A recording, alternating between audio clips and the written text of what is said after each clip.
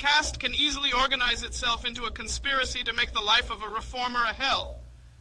And if a conspiracy is a crime, I do not understand why such a nefarious act as an attempt to excommunicate a person for daring to act contrary to the rules of caste should not be made an offense punishable in law.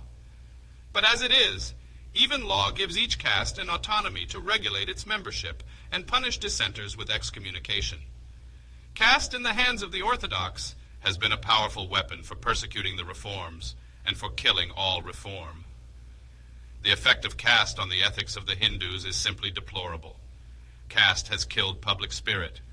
Caste has destroyed the sense of public charity. Caste has made public opinion impossible. A Hindu's public is his caste.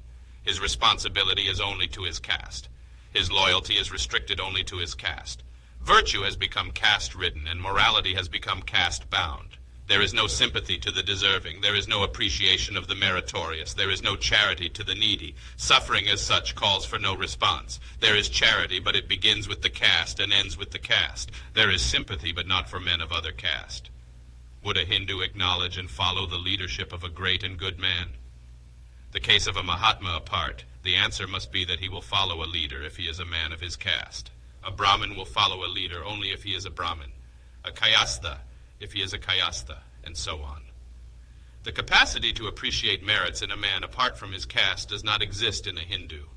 There is appreciation of virtue, but only when the man is a fellow caste man. The whole morality is as bad as tribal morality. My caste man right or wrong, my caste man good or bad. It is not a case of standing by virtue and not standing by vice. It is a case of standing or not standing by the caste. Have not Hindus committed treason against their country in the interests of their caste?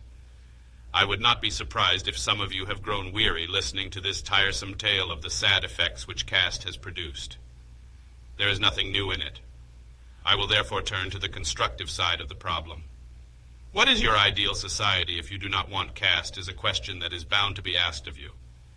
If you ask me, my ideal would be a society based on liberty, equality, and fraternity.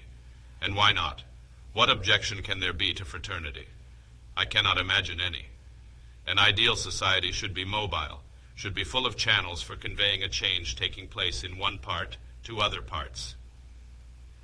In an ideal society, there should be many interests consciously communicated and shared. There should be varied and free points of contact with other modes of association. In other words, there must be social endosmosis.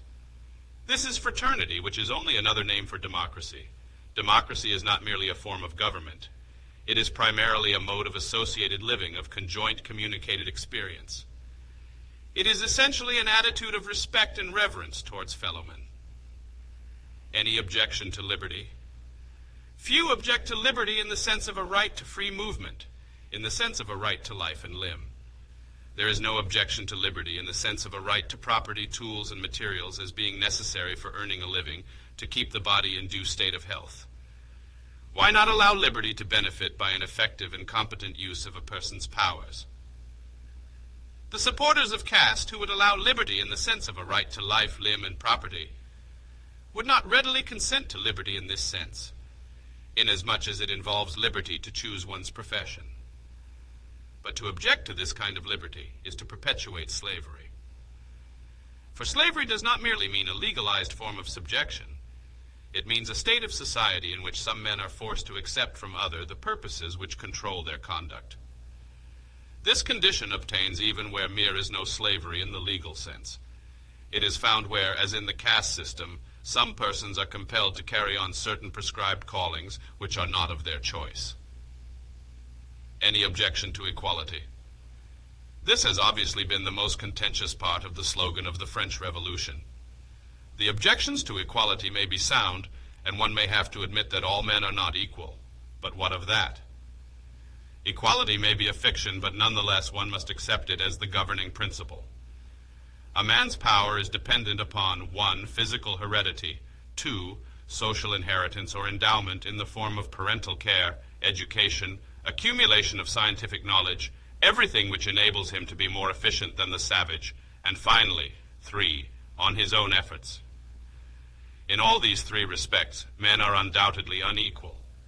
But the question is, shall we treat them as unequal because they are unequal? This is a question which the opponents of equality must answer.